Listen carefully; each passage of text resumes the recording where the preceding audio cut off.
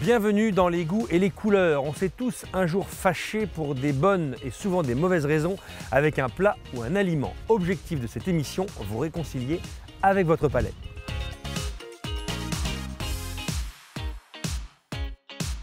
Dans cette émission, nous invitons 3 personnes à relever le défi. Nos 3 invités ont horreur d'un plat ou d'un aliment. Rencontre avec Tania, Djibril et Jimmy. Tous les 3 ont horreur des huîtres. Ça tombe bien, on est au bord du bassin d'Arcachon à Andernos, au chef de ce restaurant de relever le défi.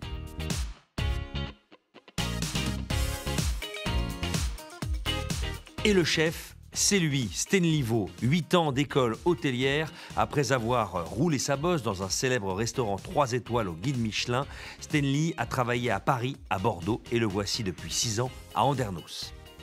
Je m'appelle Stanley Vaux, je vais avoir 50 ans et je suis le chef des Tamaris depuis à peu près 6 ans. Alors chef, qu'est-ce que vous nous avez préparé pour nos invités Tania, Djibril et Jimmy? Que vont-ils déguster? C'est qu'ils sont difficiles ces 3-là. Donc je suis parti du principe que la personne qui n'aime pas l'huître n'aime pas la texture de l'huître vivante, l'animal vivant, et le gustatif un petit peu iodé qui fait que on aime ou on n'aime pas l'huître.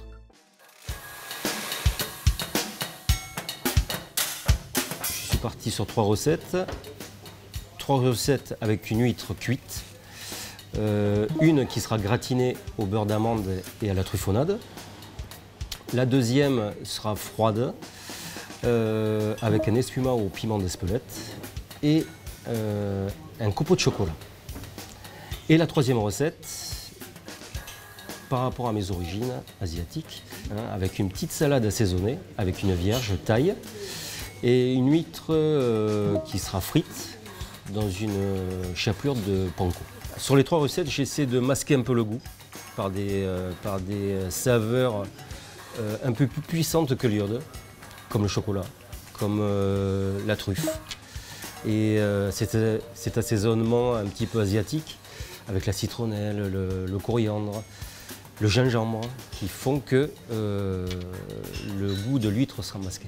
Tania, 28 ans, éducatrice spécialisée auprès de jeunes enfants, habite à Codéran. Ses parents habitaient Langon, retour sur le bassin d'Arcachon, car elle est passionnée par la voile. Oui mais voilà, les huîtres, c'est plus possible. Depuis 2 ans, j'éprouve un dégoût pour les huîtres.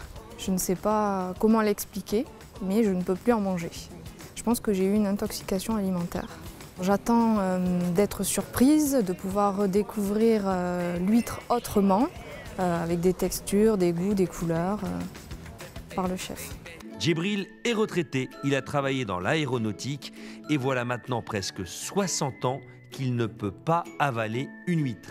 Quand je suis devenu adolescent, quoi, un ami m'a dégoûté sur l'aspect de l'huître ouverte et ça m'a marqué à jamais.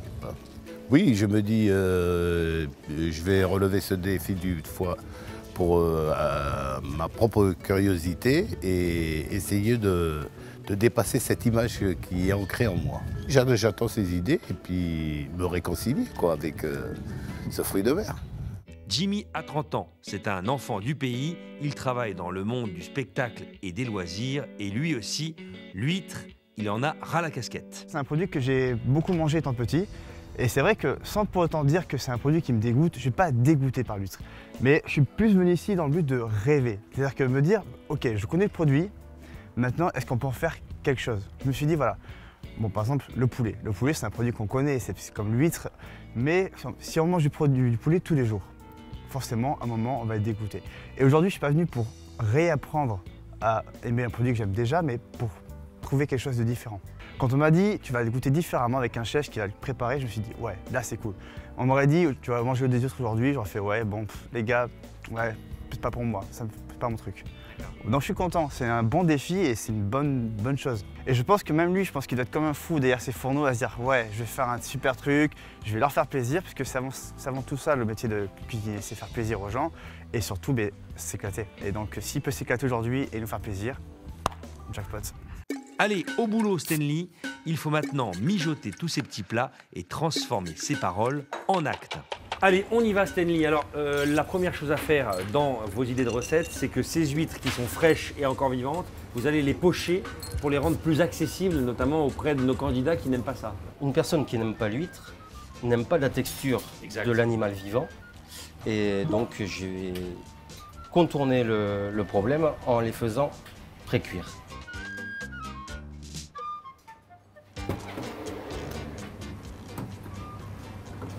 Combien de temps? 5 minutes. 5 minutes avec la vapeur d'eau. Voilà. Elles vont pocher. Elles vont cuire pocher dans leur jus dans leur jus. naturel. Donc là, je vais faire une petite julienne de légumes. Alors, c'est un geste à reproduire chez soi si on sait faire. Si on Ça, sait c'est faire. un geste de chef, ça, C'est ça. Avec de la pratique. avec de la pratique.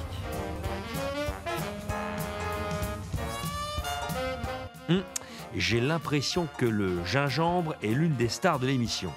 Et ces parfums-là, assez puissants comme l'échalote ou le poivron, vont aider nos candidats à apprécier l'huître que vous allez camoufler dedans. C'est cela, oui. Obligé. C'est cela.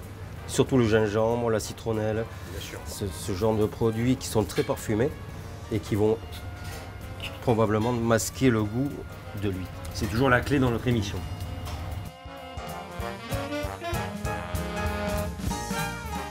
Alors Stanley, ça y est, les huîtres sont pochées. Là, on sent une odeur incroyable. Là. Ça sent vraiment la mer. Ça sent la mer, ça sent l'iode, les embruns. Et donc là, je vais les passer un petit coup en cellule de refroidissement pour arrêter la cuisson. On le dit souvent, la cuisine, c'est une histoire de voyage. Ça tombe bien, vous êtes un voyageur, vous avez des origines vietnamiennes. Eh bien, dans les recettes que vous nous préparez aujourd'hui, il va y avoir une sauce thaï. Voilà, je vais faire une vierge thaï à base d'herbes, donc de coriandre et de ciboulette, de gingembre, de poivron rouge, de citron vert et d'huile d'olive. Pour ce plat pas comme les autres, Stanley nous a mijoté un beurre d'amande. C'est quoi donc le beurre d'amande? Donc c'est à base de beurre, de poudre d'amande, de truffonnade, donc c'est une purée de truffes d'été. On tartine la coquille d'huître avec ce beurre d'amande. Voilà. Donc l'huître est totalement camouflée. Alors Stanley, là, on va aller chercher toute votre histoire vietnamienne puisqu'on est dans le plat thaï avec donc des huîtres où là, cette fois-ci, on ne verra pas la coquille. On verra pas la coquille, ce sera comme un beignet. Comme un beignet. Voilà, pané avec de la chapelure de panko.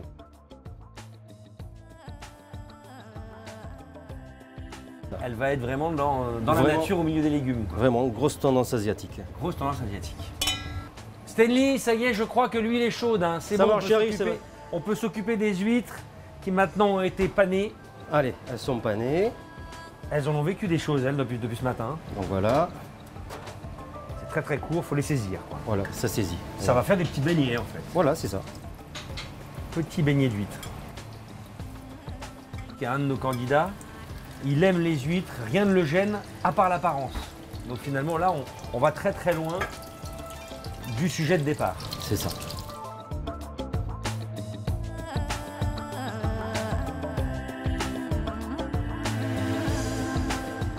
Et pour agrémenter tout ça, Stanley nous a préparé une espuma, une crème très légère gazéifiée avec du piment d'Espelette pour élever l'iode de l'huître. Mais attention, on y ajoute des copeaux de chocolat. Donc là, copeaux de chocolat, Ça va apporter quoi le chocolat? l'amertume qui va casser un peu l'iode. Voilà. Bon allez, il est temps de passer la seconde. Le chef est caché dans les cuisines et les plats sont prêts. Bonjour Tania, bonjour Jimmy, bonjour Djibril. Bienvenue ici dans ce beau restaurant face à ce beau bassin d'Arcachon. Si nous sommes réunis dans cette émission aujourd'hui, c'est parce que vous avez tous les trois un problème avec ça. Tadam! Oh là là, non. Ah, ça c'est vrai. Qu'est-ce qui se passe Djibril? Attendez, regardez. Ah non, non, non. En vitrine, oui, ça ne me dérange pas. Tania, Ah, moi, je suis écœurée, rien que de le voir. mais qu'est-ce qui se passe? Là vraiment il y a overdose. Oui, Ces huîtres, vous en avez trop mangé. oui, je suis écœurée. J'aimerais bien qu'on filme bien le visage de Tania là, parce qu'on le ressent quand même. Jimmy, Écoutez, c'est vrai que ce produit, bon, on l'aime, enfin, c'est un produit du bassin, il est important dans la culture, au repas de Noël, mais là tout de suite, ça ne fait pas rêver, j'ai pas envie de ce produit. Pourtant, j'ai eu une époque où je l'aimais, on en mangeait en famille aussi, mais C'est ça. là, ça ne fait pas envie. L'huître, quelle histoire! On en fait souvent tout un plat, mais que se cache-t-il derrière cette coquille? Élément de réponse avec notre spécialiste Marilus. Je me dépêche. Alors là, Benjamin, je dis aïe aïe aïe, l'huître c'est très compliqué. Et déjà, le coquillage en lui-même, c'est vraiment pas le plus glamour de tous, hein. Il n'est pas très beau. Puis après, ouvert, une huître ouverte, c'est un verre bizarre. Si elle n'est pas triploïde, elle est même blanchâtre les mois sans air. Je l'aime comme ça, hein, parce que c'est une huître naturelle contre la triploïde. Et je pense qu'il faut défendre aujourd'hui l'huître naturelle. Quand on est face à une huître, on sait qu'on mange du vivant. Et manger du vivant, c'est aussi très compliqué. Pourtant, ça fait des années, même des siècles et des millénaires qu'on déguste les huîtres. Déjà sous la préhistoire, les Romains, ils en raffolent. Sous la Renaissance et aussi au Moyen-Âge, l'huître est un mets luxueux dans les villes. Sur les côtes, on en mange beaucoup, mais on ne l'élève pas encore. Sous Louis XIV, eh bien Louis XIV, lui, il en fait venir tous les jours de Cancale jusqu'à Versailles parce qu'il est fan d'huîtres. On ne va les lever qu'à partir de Napoléon III à peu près. Je suis sûre qu'aujourd'hui, le chef va nous montrer à quel point on peut faire des recettes extraordinaires avec les huîtres.